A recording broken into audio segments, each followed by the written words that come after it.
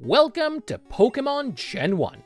This is the infamous Mew glitch, and it allows anyone to catch Mew in the first generation of Pokemon games now that events are long gone. Another name for that glitch is Trainer Fly, because of how it is triggered. First, we need to enter the site of a trainer currently outside the screen. Because the game has to first display the trainer, we have a one-frame window during which we can open the start menu. We can then use Fly to run away, hence the name Trainer Fly. Although we can use Teleport, Dig, anything to leave before the trainer walks up to us. There is now a random encounter waiting to happen as soon as we go back to the place we just left. An encounter dependent on the special of the last Pokemon we fought. So, if we fight a Pokemon with a special of 21, which this Slowpoke on Route 25 conveniently has, as soon as we return to the route where we skipped the trainer fight, Mew. Someone even made a map showing all the Pokemon we can randomly encounter using the Trainer Fly glitch in red and blue. It is not limited to Mew. We could get fossil Pokemon, version exclusives, trade-only Pokemon, you name it. Now, that glitch can lead to a whole subset of glitches who can do terrible, terrible things to the game. I will not go into detail about sub-glitches in this video. We have enough material without, believe me. But know that if we wanted, we could use the Trainer Fly glitch to make that happen. Spooky. The Mew glitch is the best way to obtain Mew in Gen 1 on a fresh file. And no, there is no Mew hidden under the truck in the Vermilion City Harbor. We can easily check. As a kid, I thought getting to the truck was a nigh impossible task, but all we need to do is trade a Pokemon who already knows Cut. And bam, SSN skipped. We come back later with Surf and no Mew. I never got that. Mewtwo has his own area, the legendary birds have their own areas, yet Mew is supposed to be under a truck? What is it, a cat? In fact, we can also obtain Cut from the SSN, then Blackout, and we end up outside the boat. Look, still there. There is another way to access the harbor, one that takes advantage of our ability to surf through solid matter. If we move towards any water tile, then save in the middle of the walking animation, when we quit, come back, then use surf immediately, we will not surf on the tile we were looking at, but on the one south of our position. It does not matter if it is water or not. In this case, it allows us to revisit a closed-off area, but in practice, we can use this glitch wherever we want. Water in general is not an issue if we know how to master it. If we surf to the left of an NPC and try to get off, we do, even though we're not supposed to. This one is not a glitch if we have the correct name. But let's go back to big infamous Gen 1 glitches with the Safari Zone glitch. Which one? Oh yeah, there are multiple. The Safari Zone is its own can of worms. For our first example, we enter the Safari Zone, then leave it, change our mind and go back in, save the game, and quit out. And then leave again. Instead of being asked if we want to leave, we will instead be asked if we want to enter. By saying no, we are now outside the Safari Zone with a Safari game in progress. After 500 steps, we will still be called back to the entrance. Once we step out, welcome to Glitch City, the place where laws of physics don't apply and any wrong step can lead to our game crashing. Further shenanigans are possible depending on what we were doing when the bell rang, from allowing us to walk through everything if we were jumping a fence, to turning into a human tornado if we were called back while spinning. Hi, it's Editing Lyra here. This glitch may be my favorite glitch of Gen 1. When I was looking it up, I didn't think much of it. I read about the effect, you're spinning, it's fine. turns out you spin everywhere. Like, you still have control of your character. Look at this. So you can just, like, walk around and stuff. The funniest thing is that Glitch City, the glitched route, only happens when you're not in a town or inside a building. So since this glitch triggers while you're in a building, when you exit, like, you exit at Celadon, and you can just go places. When I recorded the footage, I was having so much fun. I almost want to have a full playthrough of Pokemon just with this glitch active. It looks so dumb. And my favorite part is that it's not disabled by Fly, so you can just spin everywhere. It's the dumbest glitch, and I love it. Anyway, sorry. Back to your regular program. The weirdest effect happens if we were being guided by an NPC in the Pewter Museum of Science. This leads to a staring contest,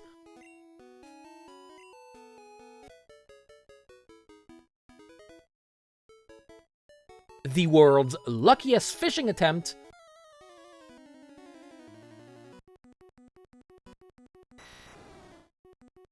and a soft lock. But we can also make the Safari Zone game much easier for us. This time, we enter the Safari Zone, leave, then fly directly to Cinnabar Island. Then, by swimming along the east coast, we will encounter Safari Zone Pokemon. And we can catch them without dealing with the abysmal odds of Safari Zone encounters. If you're interested in knowing how bad the Gen 1 Safari Zone luck is, I have a video on the subject. The east coast of Cinnabar Island may be the most recognized landmark in all of Red and Blue. What makes it so broken is that it is considered a grass tile by the game, not a water tile. Because there is no grass on Cinnabar Island, and thus no grass encounter table, the game looks for the last grass encounter table used, which in our case is the Safari Zone one. But it gets crazier.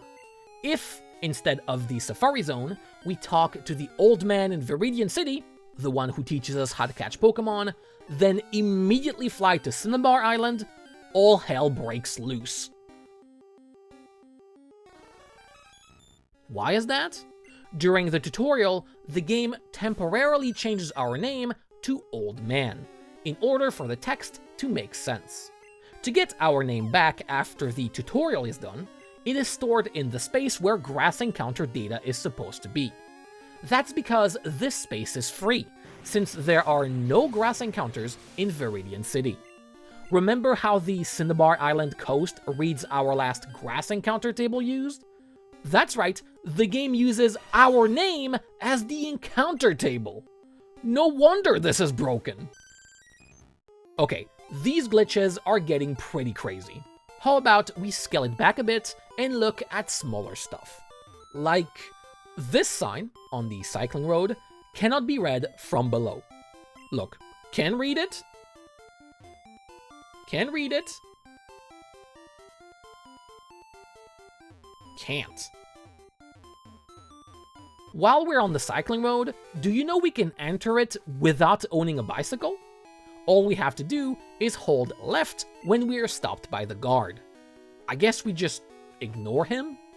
We automatically ride a bicycle on this route, but I assure you, I don't have it in my inventory. Now, let's never leave the cycling road ever. This is not a creepypasta, just another cycling road issue. If we save the game, then start a new one without resetting, we are still considered on the cycling road. This means we cannot use the bicycle or surf until our state is correctly reset, which is done by blacking out, using either fly, dig, or teleport, an escape rope, or entering the cycling road again. Any attempt at using the bicycle or surf is swiftly denied. If we go back to where it all started, the bike shop, we can trigger a glitch dubbed Instant Text. By talking to the bike shop owner, then exiting his dialogue with B, we make all the text boxes in the game appear instantly. The discovery of this glitch was a boon for Pokemon speedrunners.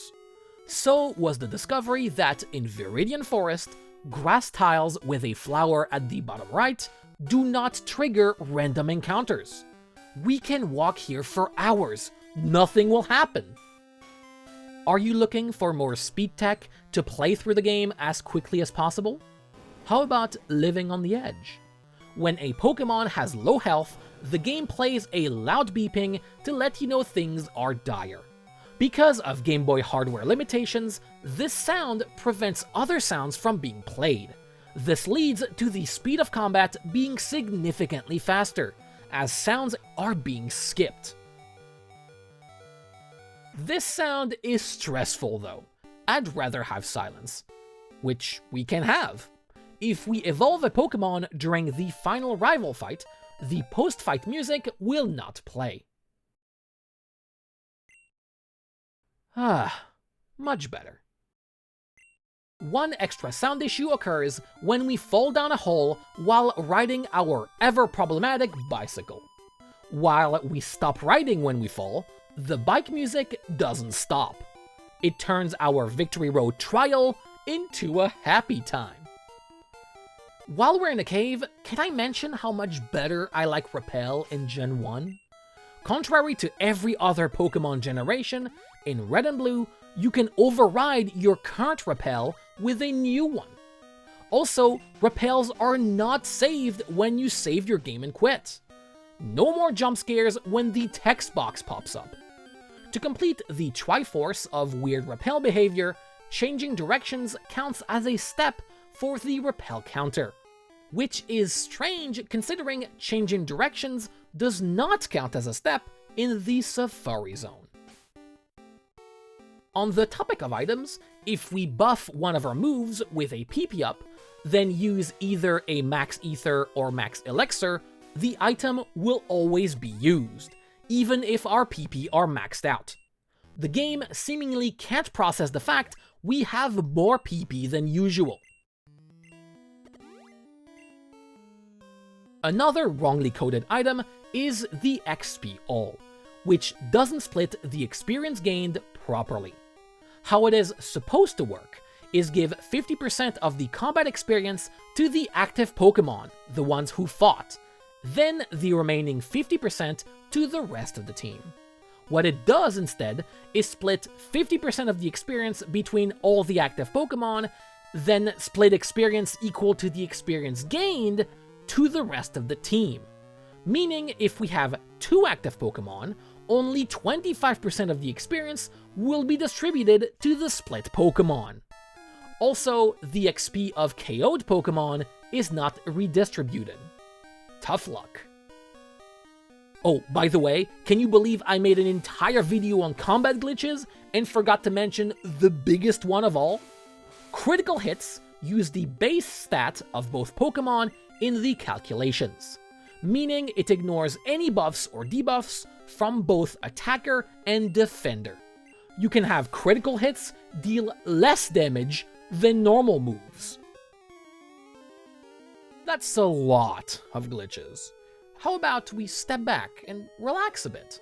We can look at strange oddities in places we were never supposed to access. For example, the Fuchsia City exhibits in front of the Safari Zone have text when we talk to them. It's all placeholder though. Also, in the middle of impossible terrain nearby, we can find a duplicate of the Fuchsia City sign. The statues in front of the Indigo Plateau are also readable. While we're running through impossible terrain, we can explore the exit of Viridian Forest in more detail.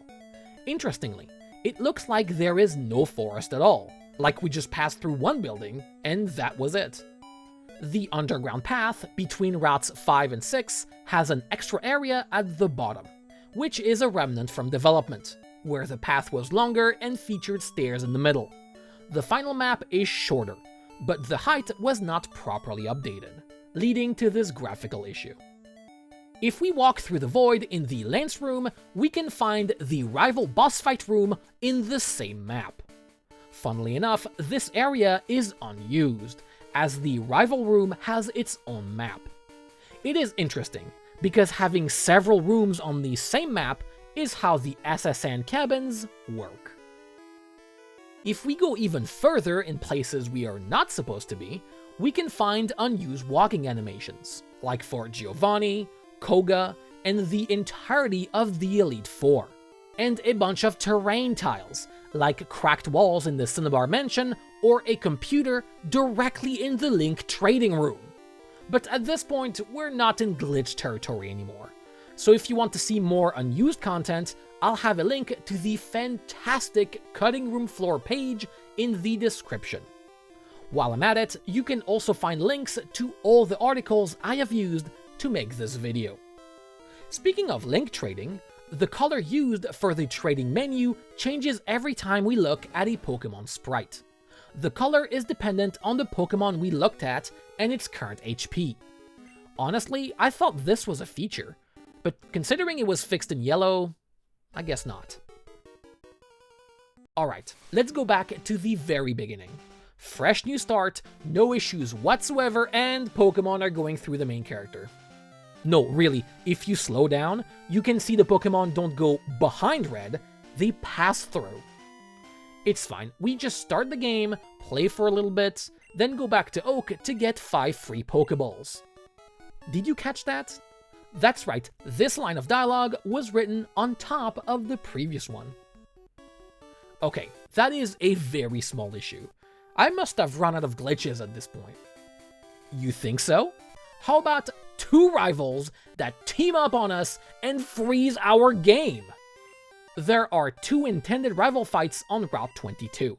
The optional early one that introduces us to the Elite Four, and the later one once we have obtained all the badges. The first fight is disabled once we defeat Brock in the Pewter City Gym, while the second fight appears after defeating gym leader Giovanni. If we somehow skip the Pewter City Gym, we can make some funky stuff happen. First scenario, we defeat Brock after defeating Giovanni. In this case, nothing happens. And by that, I mean no fights. The rival is just chilling there. Second scenario, we don't defeat Brock at all, and immediately go to Route 22 after defeating Giovanni.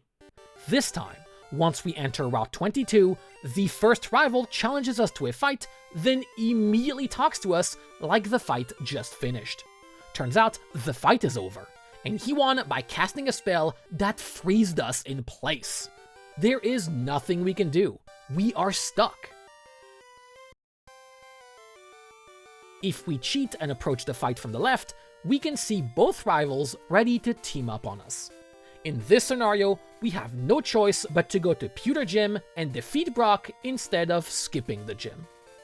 Now, you may ask, how does one skip the Pewter City Gym? Very easily. First, we go into the Start menu, then pre-select the Save option. Then we walk in front of the youngster on Route 3.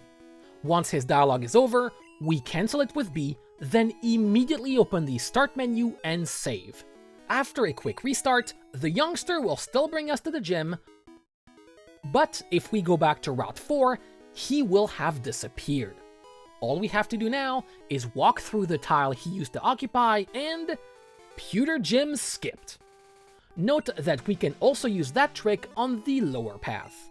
In this instance, we simply outrun the youngster. This reminds me, if we talk to an NPC on the very frame it walks away from us,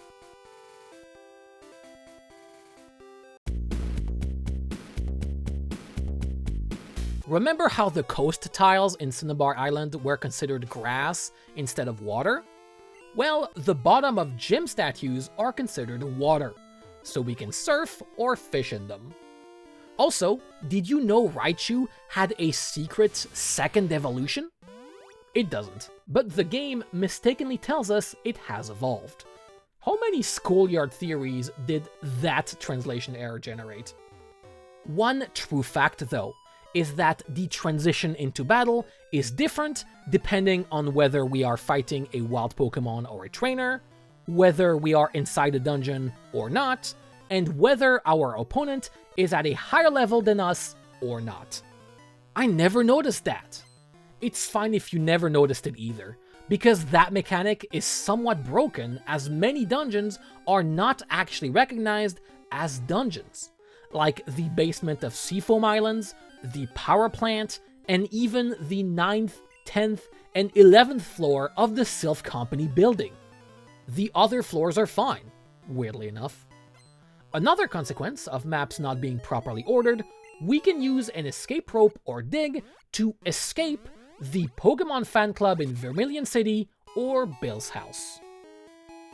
Speaking of the 11th floor of Sylph Company, the elevator drops us on top of the elevator door, instead of having us walk down from the door like every other elevator. Meaning, if we hold down upon exiting, the exit will not work. This is small pickings compared to the Japanese version of Gen 1, where we can use Select to swap the elevator floors in the elevator text box. This leads to a very, very messed up game. Using Select to swap positions in general can completely destroy the game in the Japanese versions.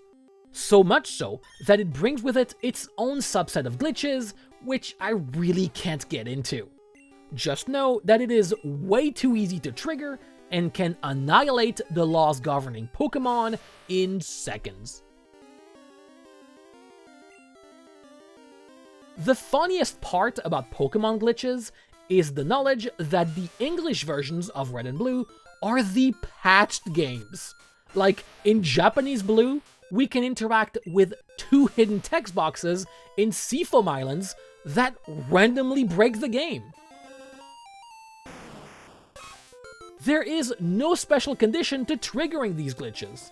Just don't press A on the wrong spot or you're boned. In Red and Green, interacting with this spot resets the game.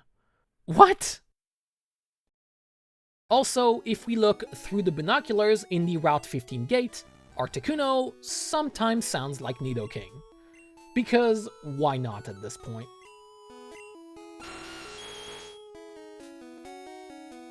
But the silliest Japanese exclusive glitch, in my opinion, happens in the Pokemon Center on Route 3. You may remember that we can find a guy selling a Magikarp for 500 Pokédollars, or yen in the Japanese version.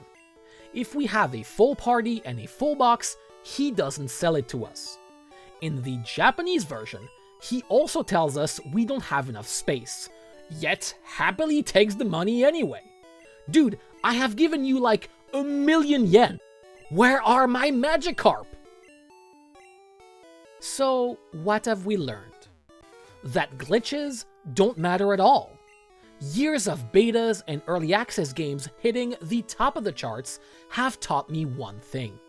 If the core concept is solid, it doesn't matter if the game is broken, or missing content, or clearly a work in progress. All a game has to do is resonate with people, and Pokemon, from the very first generation, certainly has. I mean, the reason most of these glitches were discovered in the first place is because people love Pokemon so much, they have analyzed and scrutinized every single part of it. And you know what this makes me want to do? Something crazy. Actually play the game?